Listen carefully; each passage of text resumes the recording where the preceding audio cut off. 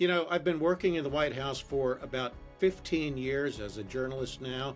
I've had the great honor of meeting several presidents, but what happened in the Oval Office between these three men was disgraceful and embarrassing and shameful. So by now you've heard about this shouting match in the Oval Office when President Trump and Vice President Vance ganged up, and that's the phrase, ganged up on Volodmir Zelensky, the president of Ukraine. You know, I've been working in the White House for about 15 years as a journalist now. I've had the great honor of meeting several presidents, but what happened in the Oval Office between these three men was disgraceful and embarrassing and shameful. I'm talking about Trump and Vance here, not Zelensky. Trump and Vance are used to people kissing their ass, sucking up to them, and they let it be known that Zelensky needed to say thank you for everything that America has done. Where have they been? Zelensky spent the last 3 years expressing his gratitude to the American people over and over and over again. Let's go to the videotape.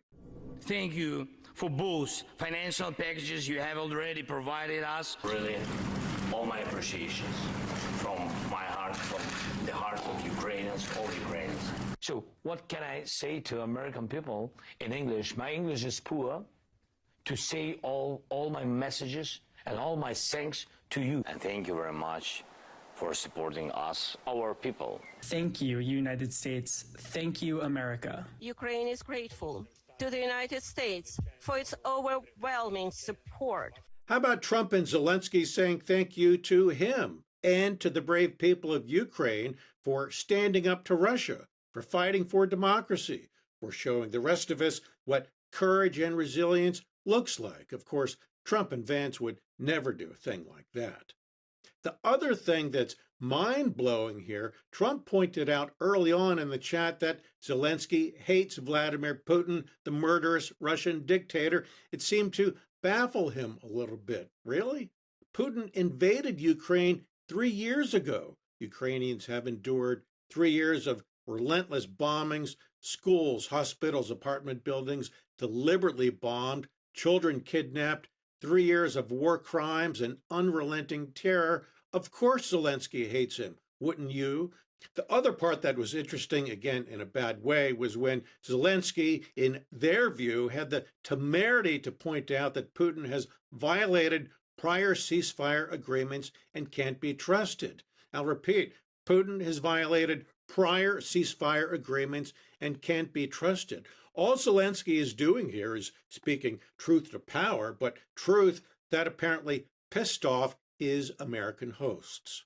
But after that, he broken this ceasefire. He killed our people and he didn't exchange prisoners. We signed the exchange of prisoners, but he didn't do it. What kind of diplomacy, JD, you are speaking about? What do you mean? I'm talking about the kind of diplomacy that's going to end the destruction of your country. Yes, but if you Mr. President, with respect, I think it's disrespectful for you to come into the Oval Office and try to litigate this in front of the American media. So who's being disrespectful here? Vance was upset. He doesn't want to hear that Putin is a murderer, doesn't want to hear that he's violated prior ceasefire agreements, doesn't want to hear that he can't be trusted. Why do Trump and Vance admire Putin anyway? Why do they trust him? So the question now, what happens next? Well, as you know, Trump bragged that he would end this war within 24 hours, maybe even end it before he took office. But Trump's plan, as the world now knows, was essentially to allow Russia to keep what it has taken, about 20% of Ukraine, while Trump grabbed Ukrainian commodities that we need, and in return, offering Ukraine nothing in the way of security guarantees. Trump's whole plan is based on what Russia wants, obviously unacceptable. He said yesterday that when Zelensky is serious about peace, he's welcome back at the White House. But the fact is that Trump himself does not seem serious about peace, at least a peace that ensures Ukrainian security. Then there's this, you know that Trump in years past has always gotten angry at this suggestion that he's somehow a Russian puppet, that Putin has something on him. But look what he's doing. He's using Putin's talking points. He suggested giving Russia everything it wants, Trump says he's not in Moscow's pocket, I don't believe it.